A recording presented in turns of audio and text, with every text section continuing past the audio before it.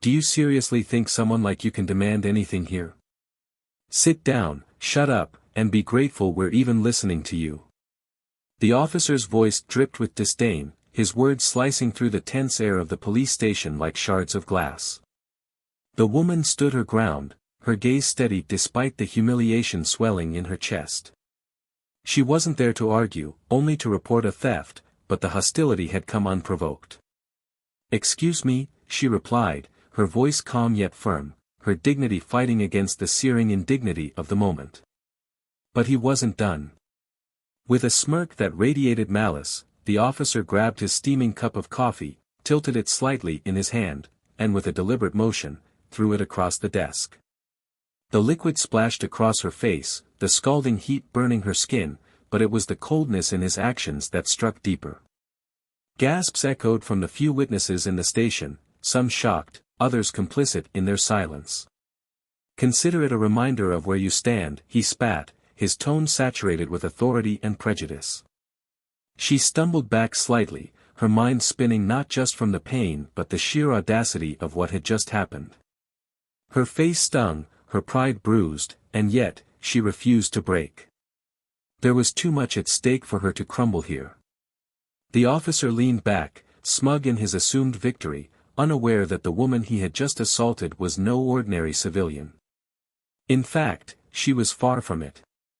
And soon, he, and everyone else in that station, would realize just how colossal his mistake had been. For weeks, the department had buzzed with rumors of a new chief of police, someone who was going to shake things up. No one expected that person to be a woman, much less a black woman, and least of all, the very woman now standing in the middle of the station, coffee dripping from her chin. The officer had unwittingly targeted his soon-to-be superior in a display of arrogance that would mark the beginning of his undoing. But what made this confrontation inevitable? Why had she walked into the station that day without revealing her position, and what vendetta had led the officer to act with such overt hostility?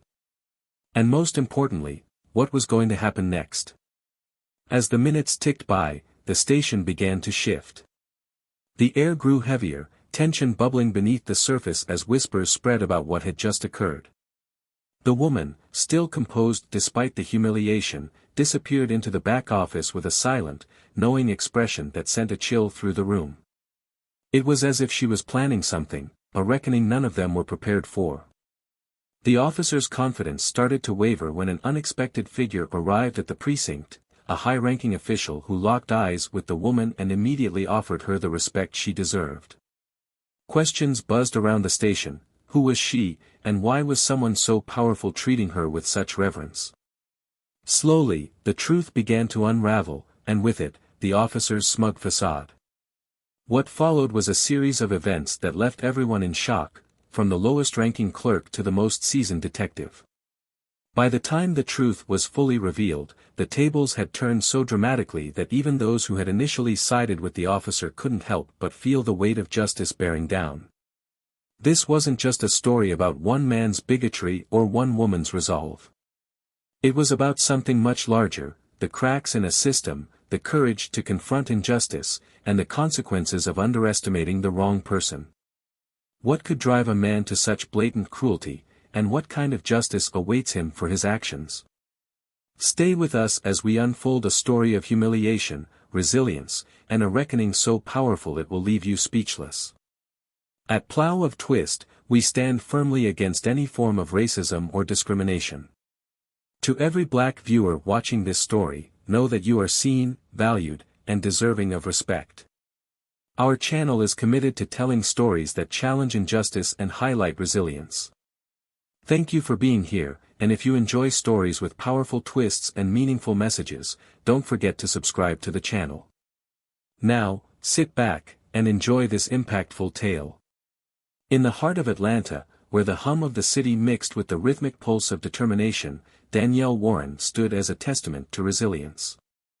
Danielle, a tall, commanding woman in her late 30s, carried herself with the kind of confidence that came from years of pushing through barriers others had placed before her. Her caramel-brown skin glowed under the city lights, and her sharp eyes reflected both warmth and an unyielding strength. She wasn't just a woman who had climbed the ranks in law enforcement, she was a survivor of countless battles fought against prejudice, sexism, and systemic resistance.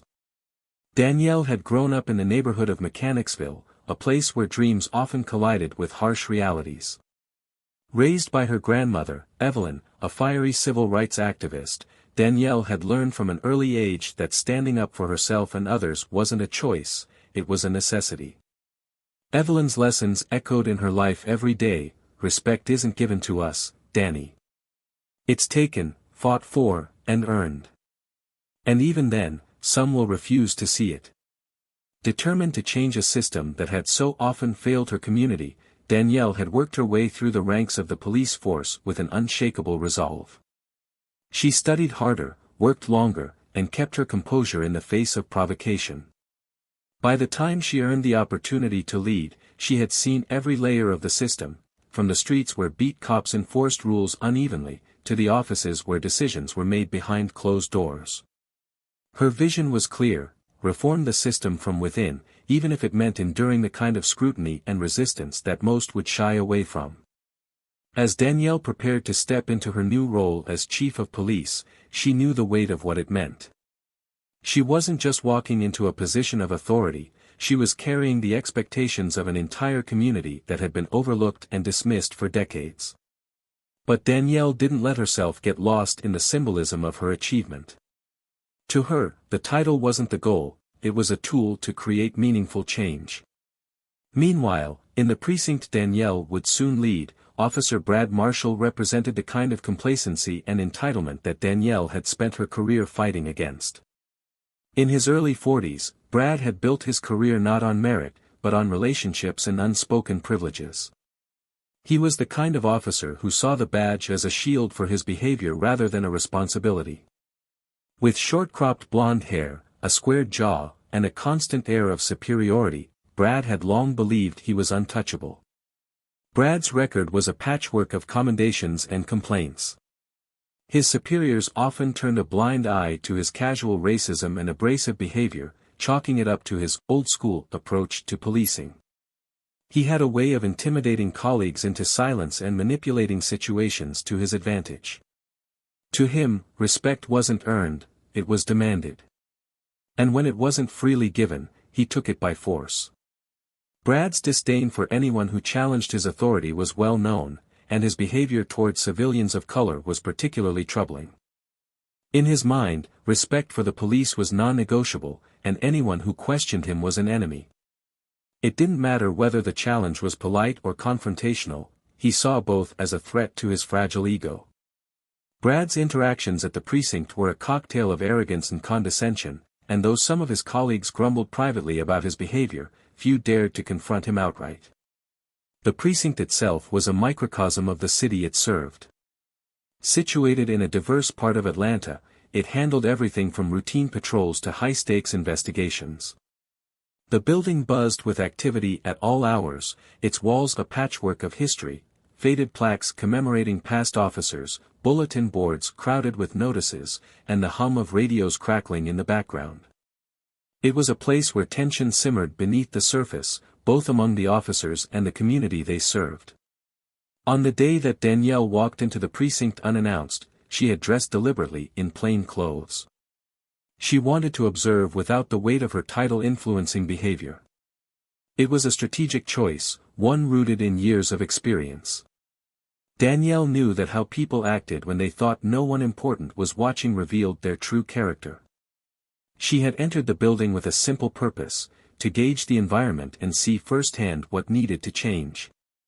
She carried with her the humility of someone who had walked these halls before, just not in this capacity. But as she approached the front desk, the reaction she received wasn't one of professionalism or welcome.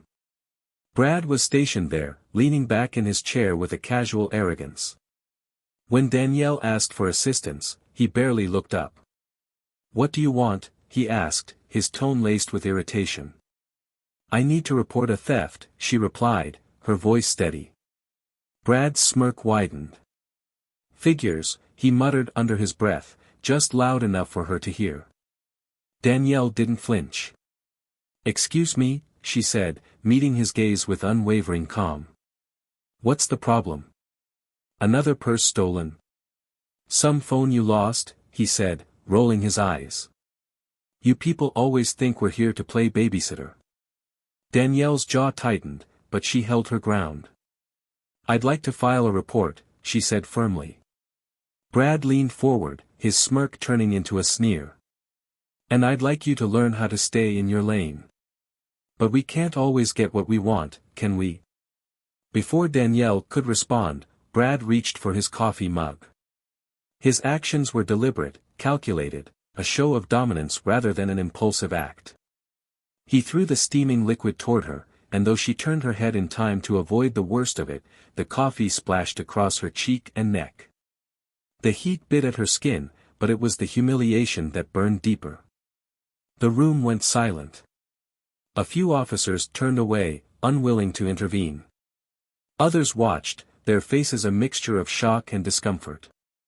But Danielle stood tall, her composure unbroken despite the sting on her skin.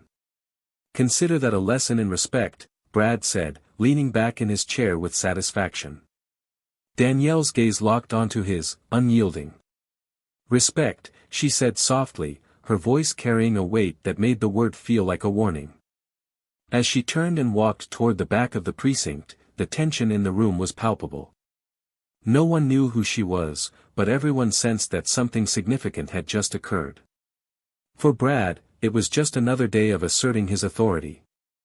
For Danielle, it was the beginning of a reckoning that would shake the precinct, and Brad's life, to its core. The precinct buzzed with its usual hum of activity, but under the surface, tension brewed like a storm on the horizon. Officer Brad Marshall leaned against his desk, chuckling with his usual group of cronies, oblivious to the subtle but growing unease around him. The incident with the woman, Danielle, barely registered as significant in his mind. For him, it was just another reminder of his self-proclaimed dominance. He had done worse before and faced nothing more than a slap on the wrist. Why would this time be any different? But in the background, ripples of unease were spreading. Who was she? Whispered Officer Green to his partner, Officer Morales, as they huddled near the coffee station. Green was new to the precinct, still learning the unspoken rules and alliances. I don't know, Morales replied, glancing over his shoulder to ensure Brad couldn't hear. But she wasn't just some random civilian. Did you see how she handled it? No screaming, no threats. That kind of composure. I don't know, man. She's somebody. Across the precinct, Danielle sat in a temporary office, her presence quiet yet commanding. She had changed out of her coffee-stained clothes and now wore a crisp blazer that seemed to emphasize her authority even without her saying a word. In front of her was a list of names, each one representing an officer under her command. Her eyes scanned the list with methodical precision, mentally cataloging details she had already begun to observe.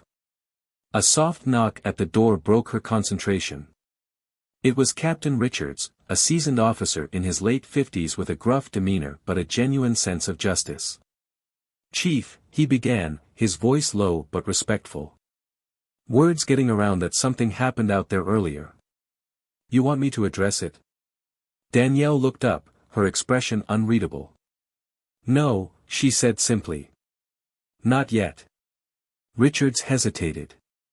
"With all due respect, if this is about Marshall, it is," Danielle interrupted, her tone calm but firm. "And it will be handled. But not by you." Richards nodded, sensing the finality in her words. As he left, Danielle leaned back in her chair, her mind racing. She had seen men like Brad Marshall before, arrogant, entitled, and protected by a culture that allowed their behavior to persist. But what he didn't know was that his actions had set something in motion far beyond his control. Back in the bullpen, Brad noticed the growing whispers but dismissed them as the usual office gossip. He was more interested in planning his weekend than worrying about consequences. As he leaned back in his chair, Officer Green approached cautiously. "Hey, Brad," Green began, his voice hesitant. "That woman from earlier, you know anything about her?" Brad snorted. "What's there to know?" Another loudmouth thinking she can walk in here and make demands. Green frowned. Yeah, but, she didn't seem like the usual. Something about her felt different. Brad rolled his eyes. Jesus, Green, don't tell me you're scared. These people love to act tough, but they don't have the guts to follow through. Trust me, she's already forgotten about it. But Green wasn't convinced, and he wasn't alone. Other officers exchanged uneasy glances, sensing that Brad's bravado was masking a growing uncertainty. As the day progressed, the tension in the precinct thickened. Officers noticed subtle changes, a visiting group of officials conducting routine evaluations, whispered conversations among higher-ups, and an unusual number of closed-door meetings. Brad, oblivious as ever, chalked it up to bureaucracy. It wasn't until the following morning that things began to unravel. As Brad strolled into the precinct with his usual swagger, he was met with a series of stares that he couldn't ignore. Even his closest allies seemed unusually quiet. What the hell's going on? He muttered as he dropped his bag onto his desk. No one answered. Minutes later, Captain Richard stepped out of his office and called for a meeting in the conference room. The officers filed in, their expressions a mixture of curiosity and apprehension. Brad took a seat near the back, his arms crossed defiantly. When Danielle entered the room, the atmosphere shifted. She wasn't dressed like the woman Brad had humiliated the day before. Today, she wore her full uniform, her badge gleaming under the fluorescent lights. The room fell silent as she took her place at the head of the table. Good morning, she began, her voice calm but authoritative. For those of you who don't know me yet, my name is Danielle Warren. I'm your new chief of police. The announcement landed like a thunderclap. Brad's smug grin vanished, replaced by a flicker of confusion and then disbelief. He shifted uncomfortably in his seat, the realization dawning on him far too late. Danielle's gaze swept across the room, her expression unyielding. I've spent the past few days observing this precinct, and let me be clear, I'm here to make changes. Changes that will ensure this department operates with integrity, respect, and accountability. Her words hung in the air, each one a direct challenge to the culture Brad had thrived in for years. He clenched his fists under the table, his mind racing with how to spin this in his favor. But Danielle wasn't done. She turned her attention directly to him. Officer Marshall, she said, her tone steady but sharp. A word. The room buzzed with silent anticipation as Brad followed her out, his usual bravado replaced by a forced calm. In her office, Danielle closed the door and motioned for him to sit. He remained standing. Look, he began, his voice defensive. If this is about yesterday, it is, Danielle interrupted, her tone icy. Sit down. Brad hesitated before reluctantly taking a seat. Danielle leaned forward, her eyes locking onto his. What you did yesterday wasn't just unprofessional, it was a violation of everything this badge stands for. You don't have the authority to degrade or harm anyone who walks through these doors. Not yesterday, not ever. Brad smirked, though it didn't reach his eyes. I've been here long enough to know how things work, Chief. People like me don't go down over misunderstandings. Danielle's expression didn't waver. You're right, she said, her voice deadly calm. People like you don't go down over misunderstandings. They go down over patterns. And I've already started digging into yours. Brad's smirk faltered, replaced by a flicker of fear. Danielle let the silence linger, the weight of her words pressing down on him. I suggest you get comfortable with accountability, she said finally. Because it's coming, whether you're ready or not. As Brad left the office, the tension in his chest tightened. For the first time, he felt the cracks forming in the foundation of his carefully constructed power. And for the first time, he wondered if he had underestimated the storm that was about to engulf him. The air in the precinct felt charged, like the static before a thunderstorm. Every officer in the building had heard whispers of an impending announcement, but no one knew exactly what it would entail. Officer Brad Marshall, however, sat stiffly at his desk, a thin veneer of confidence barely masking the gnawing unease that had settled in his chest since his confrontation with Chief Danielle Warren.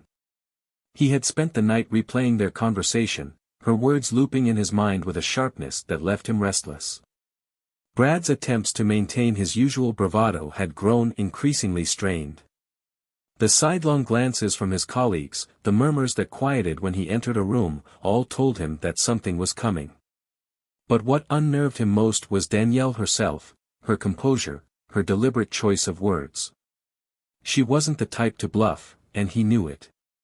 "Marshall," came a sharp voice, breaking his train of thought. It was Captain Richards, standing at the edge of the bullpen. "Conference room. Now." Brad hesitated, but only for a moment. He stood, straightened his uniform, and made his way to the room, aware of every pair of eyes following his steps. Inside, the table was already crowded with high-ranking officials, including Danielle, who sat at the head, her posture impeccable, her expression unreadable. Brad took the last empty seat, trying to appear nonchalant. "What's this about?" he asked, leaning back in his chair with forced ease. Danielle didn't respond immediately. Instead, she slid a folder across the table toward him. The room fell silent as Brad opened it. Inside were reports, detailed, damning, and impossible to ignore. Complaints filed against him over the years, incidents swept under the rug, testimonies from civilians and even fellow officers. Each page felt heavier than the last, the weight of his actions compiled in black and white. "This," Danielle began, her voice steady but cutting, "is your record, Officer Marshall. A record that paints a clear picture of someone who has consistently abused their position, disregarded protocol, and failed to uphold the values of this department." Brad's face flushed. "These are old complaints," he said quickly, his voice rising. "Half of this is exaggerated, none of it," Danielle interrupted, her tone icy, "is exaggerated. And I'm not the only one who sees it."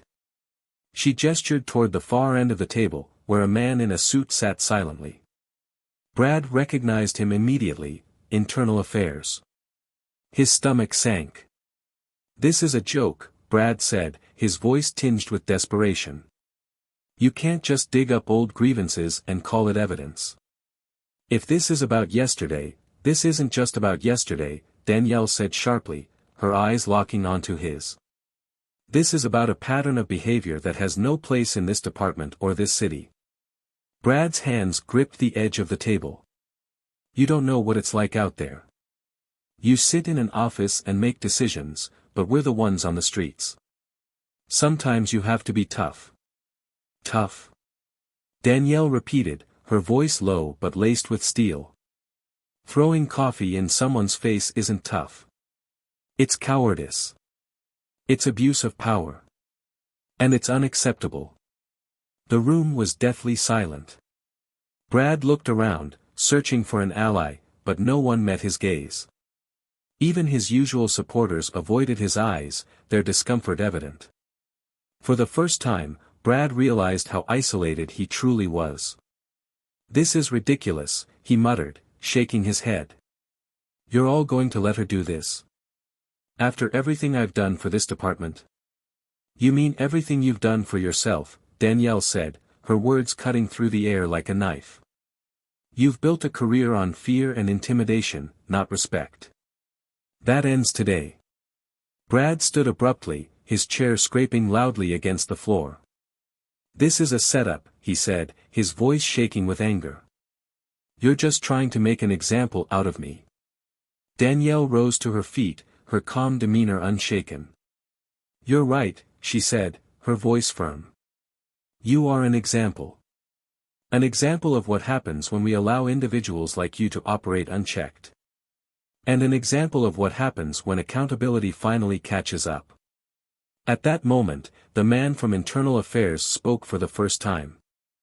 "Officer Marshall, effective immediately, you are placed on administrative leave pending further investigation. You are to surrender your badge and weapon." Brad's mouth opened, but no words came out.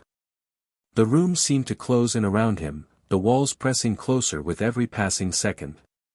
Finally, he forced a laugh, a hollow, bitter sound. "You think this is over?" he said, glaring at Danielle. "You think you've won?" Danielle didn't flinch. "This isn't about winning, Brad. It's about doing what's right." Brad's hands trembled as he unclipped his badge and placed it on the table, the sound echoing in the silent room. He slammed his weapon down beside it, his jaw clenched tightly. Without another word, he stormed out, the doors slamming behind him. The room remained quiet for a moment before Captain Richards spoke. "What now?" Danielle exhaled slowly, the weight of the moment settling over her. "Now," she said, "we rebuild." But even as the meeting adjourned and the officers dispersed, a question lingered in the air: how far would Brad go to protect the fragile power he had clung to for so long? And what consequences awaited those who dared to hold him accountable? Outside the precinct, Brad sat in his car, his mind racing. His hands gripped the steering wheel, his knuckles white with tension. He wasn't just angry, he was terrified. Everything he had built, every corner he had cut, was unraveling before his eyes. And deep down, he knew it was only the beginning. As the precinct settled into an uneasy quiet, Danielle remained in her office, her mind sharp and focused.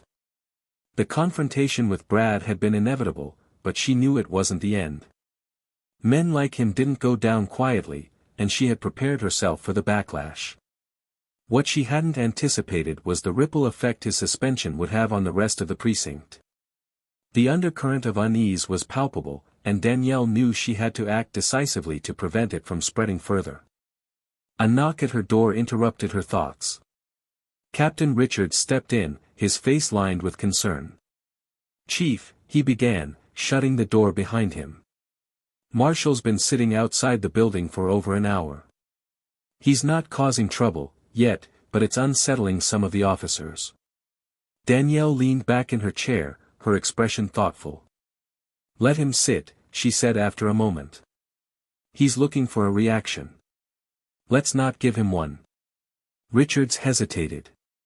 "You sure that's wise? A man like him, he's unpredictable when cornered." Danielle's gaze was steady. "I'm counting on it."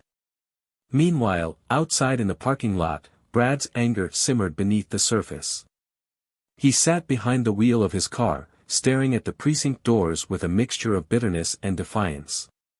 His thoughts raced, a chaotic swirl of humiliation, rage, and fear. He had always seen himself as untouchable, the kind of officer who could bend the rules without consequence. And now, the one time he had pushed too far, it had come crashing down around him. He reached for his phone and hesitated. His contact list was filled with names, people he had worked with, people who owed him favors, but he wasn't sure who would still stand by him now. His fingers hovered over one name in particular before finally pressing the call button. "Yeah," a voice answered after a few rings, gruff and impatient. "It's Marshall," Brad said, his tone clipped. "I need to talk." "About what?" "You know damn well about what," Brad snapped. "Warren's out for blood. She's digging through my record, and I know there's stuff in there that could cause problems for you too." There was a pause on the other end. "You're the one who got sloppy, Brad. Don't drag me into your mess." "You think she'll stop at me?" Brad countered, his voice rising. "She's making an example out of me now, but once I'm gone, she'll come for the rest of you. You know how these reformers work, they don't stop until the whole system is flipped." The line went silent for a moment before the voice spoke again. "Fine. Meet me tonight. Usual place." Brad hung up, his mind racing. He had a plan now, or at least the beginnings of one. He wasn't going to go down without a fight. Back inside the precinct, Danielle was meeting with a group of trusted officers. Among them were Captain Richards, Officer Morales, and Sergeant Taylor, individuals she had identified as allies in her mission to overhaul the department. Marshall's reaction was predictable, Danielle said, addressing the group. He's not going to sit quietly and accept this. He's going to push back, and when he does, we need to be ready. How do you want to handle it, Chief? Taylor asked, his tone respectful. Danielle leaned forward, her expression firm. We stay professional. We follow the protocols to the letter. He's hoping to bait us into a mistake, something he can use to discredit us. We won't give him that satisfaction. Morales, who had been quiet until now, spoke up. Do you think he's dangerous? Danielle considered the question carefully. Brad's dangerous in the way that all desperate men are. He feels like he's losing everything, and that makes him unpredictable. But we can't let that dictate our actions. We focus on the work, on building the case against him. Let the evidence speak for itself. As the meeting concluded, Danielle felt a pang of exhaustion. The weight of her position was heavy, but she reminded herself why she had taken on this role in the first place. This wasn't just about Brad, it was about creating a system where officers like him couldn't thrive in the first place. That evening, as the sun dipped below the horizon, Brad arrived at a dimly lit bar on the outskirts of the city. It was a place where cops and other city workers gathered off the clock, a neutral ground where deals were made, and secrets were kept. He spotted his contact at a booth in the corner and slid into the seat across from him. Thanks for meeting me, Brad said, his tone tense. Make it quick, the man replied, his eyes scanning the room. I don't like being seen with you right now. Brad leaned forward, lowering his voice. Warren's got IA digging into my record. She's using me to send a message, and if she finds what I think she will, it's not just me who's going down. The man frowned. What do you want from me? Help me get ahead of this, Brad said. I've got files, documents, emails, stuff that could complicate things for her. But I need access to certain records to make it stick. The man's expression darkened. You're playing with fire, Brad. If this blows up, it's already blowing up. Brad interrupted, his voice sharp. This is my career, my life, we're talking about. I'm not going to sit back and let her destroy it. There was a long silence before the man finally nodded. Fine. But if this goes south, you're on your own. As Brad left the bar, he felt a flicker of confidence return. He wasn't out of the fight yet. Back at the precinct, Danielle reviewed the day's developments. The evidence against Brad was mounting, but she knew he wouldn't go down without a fight. She had seen men like him before, men who believed they were above the rules, who saw accountability as a personal attack. But she also knew that the truth had a way of surfacing, no matter how deeply it was buried. As she prepared to leave for the night, a thought struck her. Turning to Captain Richards, she said, keep an eye on Marshall. He's not the type to go quietly. Richards nodded. You think he'll try something? I'd bet on it, Danielle replied, her tone resolute. And when he does, we'll be ready. The pieces were in motion, the tension building to a breaking point. Both Danielle and Brad knew that the next move would be critical, and neither was willing to back down. The stage was set for a confrontation that would determine not just their fates, but the future of the precinct itself. The tension in the precinct lingered long after the explosive confrontation. The officers moved through their routines with a cautious energy, their glances shifting toward Danielle's office or the empty desk where Brad Marshall once sat. Conversations were whispered, quick exchanges that fizzled into silence when someone approached. The aftermath of the revelation had left its mark, and the sense of unease was palpable. Danielle remained composed, even as the weight of the situation bore down on her. She understood the dynamics of power at play. Brad's suspension wasn't just about him, but a challenge to a culture that had long operated unchecked. Still, she knew that her actions, though justified, had drawn a line in the sand. Some would see her as a leader bringing long overdue change, others would see her as a threat to the status quo. Her phone buzzed, pulling her from her thoughts. It was Captain Richards. Chief, you need to see this, he said, his tone urgent. Danielle made her way to Richard's office, where he was seated at his desk, staring at his monitor. He gestured for her to take a look. The screen displayed a grainy security camera feed of the precinct parking lot from the previous night. Brad's car was clearly visible, but it wasn't what caught Danielle's attention. It was the figure approaching the building in the early hours of the morning, moving deliberately and carrying what appeared to be a small package. "Who's that?" Danielle asked, her eyes narrowing. "Not sure yet," Richards replied. "But it was left by the front entrance. Patrol found it this morning. Bomb squad already cleared it, turns out it's just a flash drive." Danielle frowned. "What's on it?" Richards plugged the drive into his computer, and a single file appeared, a video labeled Confessions. He clicked it open, and the screen filled with the image of Brad Marshall sitting in what appeared to be his car. His face was illuminated by the dim glow of the dashboard, his expression tense and defiant. "I know what you're trying to do, Chief Warren," Brad's recorded voice began. "You think you're going to tear me down, erase me like I never existed. But you don't know the whole story. You don't know what this place really is." Danielle's jaw tightened as Brad launched into a tirade about the precinct's internal workings, peppered with accusations of corruption and favoritism. The video wasn't just about his grievances, it was a calculated attempt to drag others into his downfall. He named officers, hinted at backdoor deals, and alluded to practices that, if proven true, could shake the precinct to its core.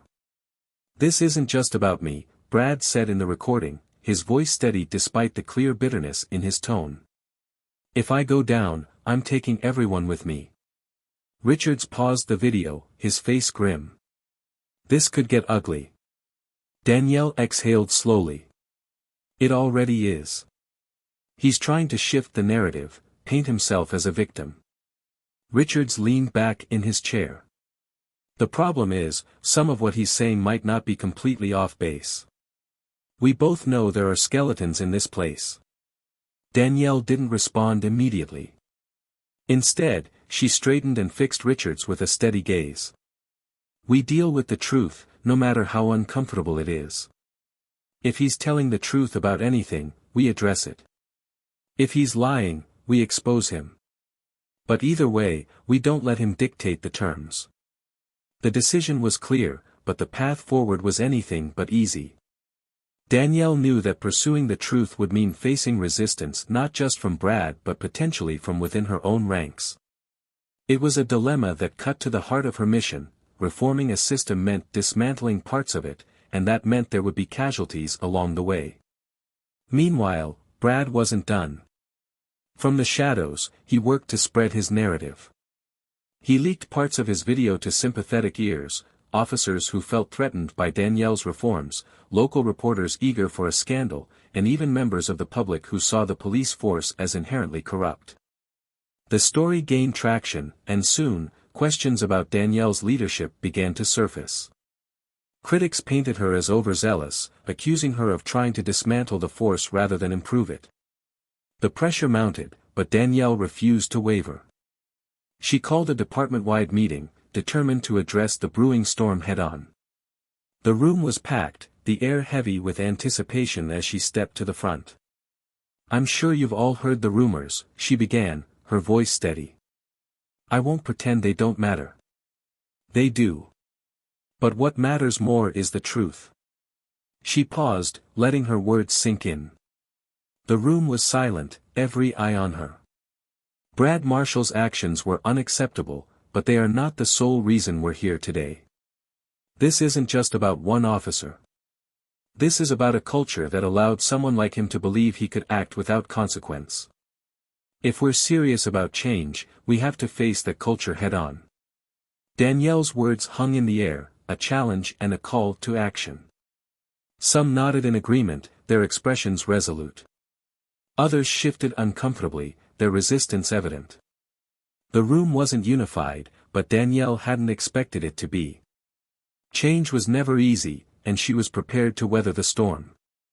Later that evening, as Danielle reviewed reports in her office, her phone buzzed again. This time, it was a text from an unknown number. The message was simple but chilling: "You're playing a dangerous game, Chief. Be careful who you trust." Danielle stared at the screen, her mind racing. The message wasn't just a threat, it was a reminder that the battle she was fighting wasn't just against Brad. It was against a system that resisted change at every turn, a system that would fight tooth and nail to protect itself. She locked her phone and leaned back in her chair, her determination hardening. The stakes were higher than ever, but she wouldn't back down.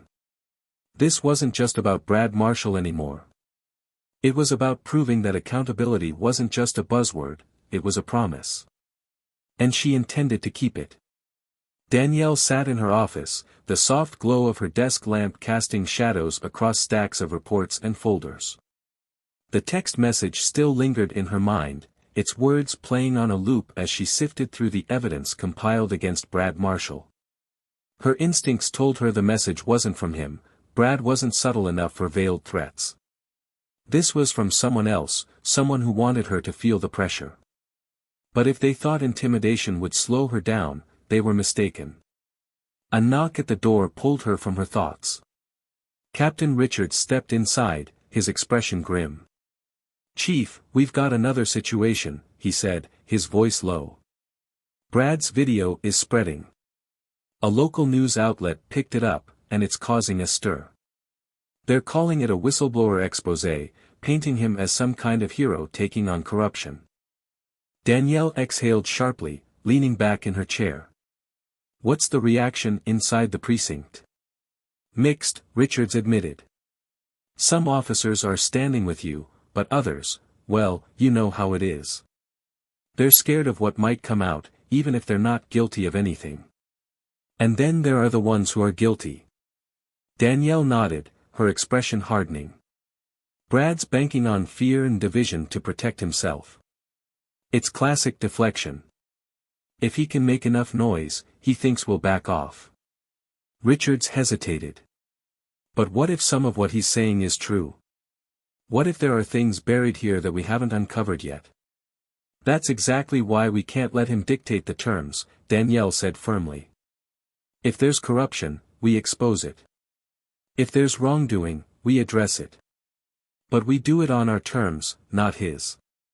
Richard studied her for a moment before nodding. "You're right. As always." He started to leave but paused at the door. "Be careful, Chief. The kind of enemies you're making don't play fair."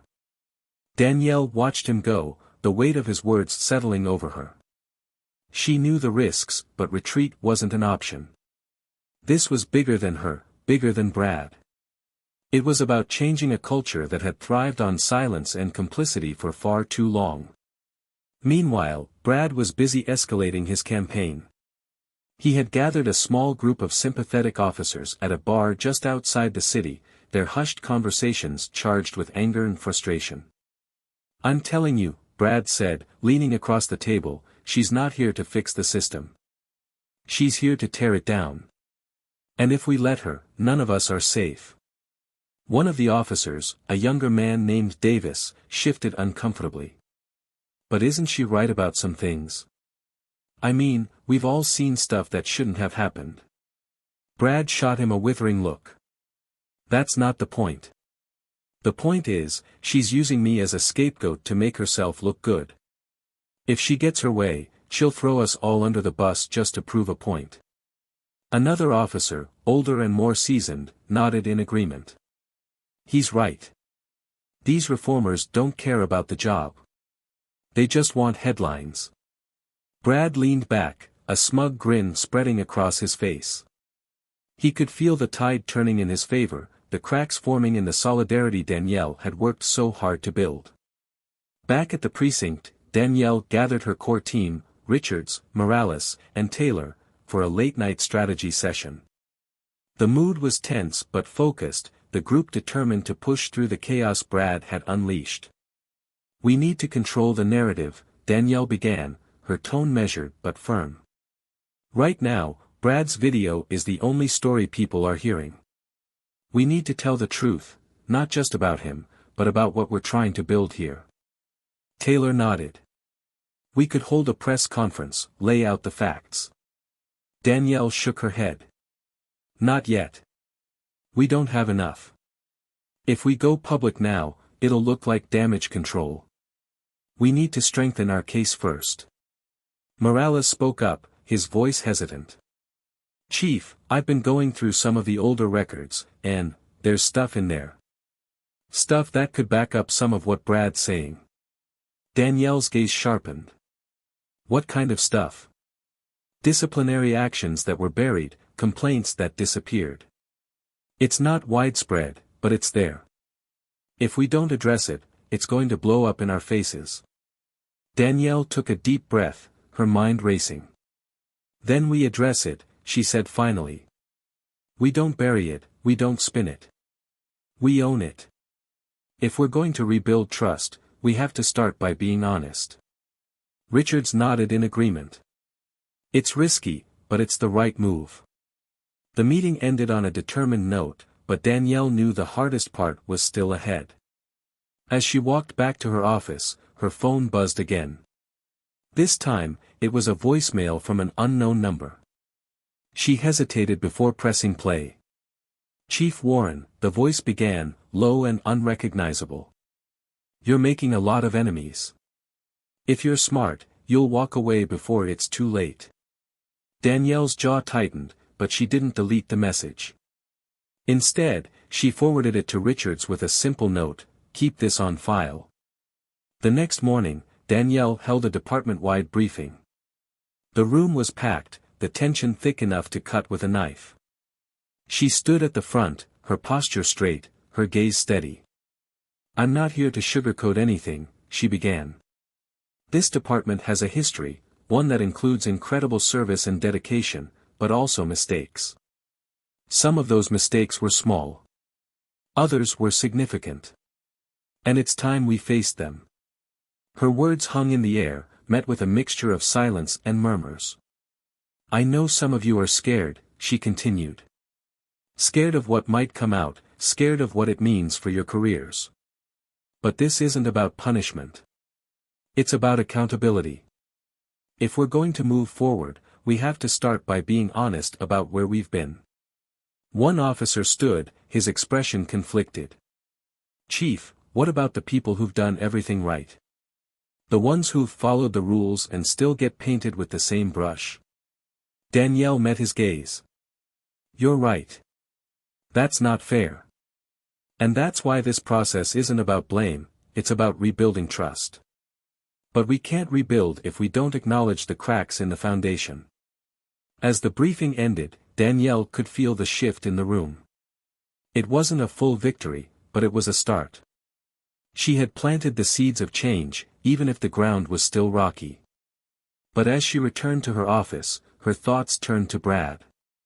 He was still out there, still plotting, and she knew he wasn't done. The question wasn't if he would make another move, it was when. And Danielle was ready. Whatever came next, she would face it head-on, determined to see her mission through to the end.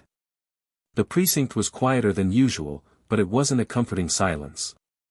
It was the kind that carried tension in the air, like a coiled spring waiting to snap. Danielle sat in her office, her eyes fixed on the report in front of her. It was the latest update from Morales, a detailed list of discrepancies in old case files, cases that Brad had referenced in his video. While some were legitimate complaints, others were vague or outright fabricated. The work of untangling fact from fiction was exhaustive, but Danielle knew it was necessary. A knock at the door broke her concentration. Richards entered, his expression more concerned than usual. Chief, he began, shutting the door behind him. We've got a situation. Danielle set the report aside and gestured for him to continue. Brad's stirring the pot again, Richards said, crossing his arms. He's been in contact with a local journalist, someone hungry for a headline. They're planning a piece that's going to air tonight. From what I've heard, it's bad. Danielle's jaw tightened. How bad? Richards exhaled sharply. They're spinning him as a whistleblower, a victim of department politics. He's claiming you're targeting him to cover up larger issues. Danielle leaned back in her chair, her mind racing. He's weaponizing the truth, she said after a moment. Using just enough fact to make his lies believable. Exactly, Richard said. And with the way the public's been responding to his video, this could gain traction. Danielle stood, her hands resting on the desk. Then we need to respond before it airs. Get me the contact information for that journalist. If they're worth their salt, they'll want both sides of the story. Richards nodded and left the room. Danielle stared out the window, her reflection superimposed against the city skyline. Brad was relentless, but so was she. This was no longer just about the precinct or even her reputation, it was about the integrity of everything she was trying to build. A few hours later, Danielle was on the phone with the journalist, a young woman named Kara Simmons.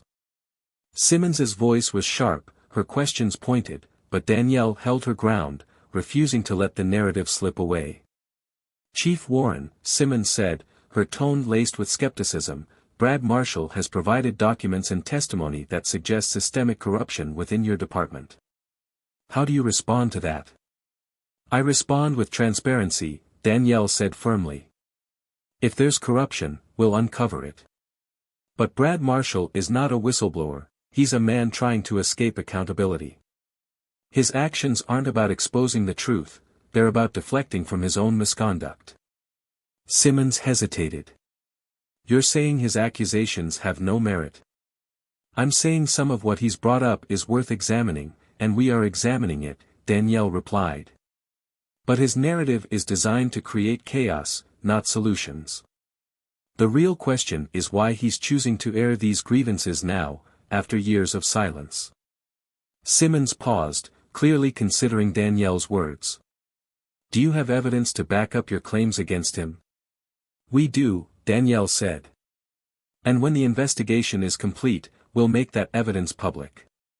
But I'll also say this, Brad Marshall isn't just fighting me, he's fighting a system that no longer tolerates the behavior he's built his career on. That's the real story here. The conversation ended on a tense note, but Danielle felt a flicker of hope. Simmons hadn't promised to change her angle, but she had listened, and sometimes that was enough. As the day wore on, the precinct remained a hive of activity. Morales and Taylor worked tirelessly to comb through records, their determination evident in the lines etched into their faces. Danielle made rounds, checking in with officers and staff, reinforcing the sense of purpose she had been cultivating since her arrival. Chief, Morales said as Danielle stopped by his desk. I found something. She leaned over the desk as Morales pulled up a file on his computer. It was an internal memo from several years prior, detailing complaints against Brad that had mysteriously disappeared from his record. The memo included names of those involved in covering up the incidents, names that sent a chill down Danielle's spine. This is it, Morales said. Proof that Brad wasn't acting alone. Danielle's mind raced. This was bigger than Brad. The network of complicity extended beyond him, implicating individuals who were still active in the department. Exposing this would mean more than just holding Brad accountable, it would mean dismantling a system that had protected him. She straightened and met Morales's gaze. Good work. Make sure this is secure. We'll need it soon. Later that evening, Danielle gathered her core team for another meeting. The mood was tense but focused, the gravity of their task evident. We've got enough to counter Brad's claims, Danielle began. But this isn't just about him anymore. The memo Morales found confirms what we've suspected, there's a network of protection that's allowed people like Brad to operate unchecked. Richards nodded. And taking them down won't be easy. Some of these people have been here for decades. They've got connections. I know, Danielle said. But we're not backing down. This isn't just about cleaning up the past, it's about ensuring this department has a future. Taylor spoke up, his voice steady. What's the plan? We go public, Danielle said. Not just with the evidence against Brad, but with the broader findings. We own our mistakes and commit to fixing them. It's risky, but it's the only way to rebuild trust. The room was silent for a moment before Richard spoke. It's bold, Chief. But it's the right move. As the meeting ended, Danielle felt a renewed sense of determination. The path ahead was treacherous, but she wasn't walking it alone. Meanwhile, Brad watched the news from a motel room, his expression dark. The piece hadn't gone entirely in his favor. Simmons had included Danielle's perspective, casting doubt on Brad's claims. The public reaction was mixed, but Brad knew the tide was turning against him. He clenched his fists, his mind racing with desperation. If he couldn't control the narrative, he would have to escalate. Back at the precinct, Danielle prepared for the next phase. The pieces were falling into place, but she knew the battle wasn't over. Brad was still out there, and she could feel the storm brewing. Whatever his next move was, she would be ready. The final confrontation unfolded in a way that no one could have anticipated. As Danielle stood in front of the press, the weight of her mission pressed heavily on her shoulders, but she refused to waver. Her decision to go public with the department's flaws was not easy, but it was necessary. The evidence against Brad Marshall was damning, but it was the network of protection around him that painted a far more troubling picture. Accountability isn't just a buzzword, Danielle told the reporters. Her voice was calm but firm, her presence commanding. It's a commitment to transparency, even when it's uncomfortable. The actions of certain individuals in this department have betrayed the trust of the community, and it's my responsibility to ensure that betrayal ends here. She outlined the steps the department was taking to address past grievances, including independent investigations into every claim Brad had made. She didn't shy away from admitting the department's failures, but she also made it clear that the changes underway were irreversible. The press conference was a gamble, but it worked. Public opinion began to shift, and Danielle's integrity became the story. Meanwhile, Brad had gone into hiding, his desperation mounting. His attempt to frame himself as a whistleblower had backfired. The evidence Danielle's team uncovered not only discredited his claims but also implicated him in a series of misconduct cases that spanned years. He became a pariah, even among those who had once supported him. In the end, Brad was arrested for obstruction of justice and tampering with evidence. As he was led away in handcuffs, his once cocky demeanor was replaced by a hollow, defeated expression. He had gambled everything and lost. The ripple effect of Brad's downfall was profound. Several high-ranking officers who had protected him were forced to resign or face criminal charges. The department underwent a complete overhaul, with Danielle spearheading the reforms.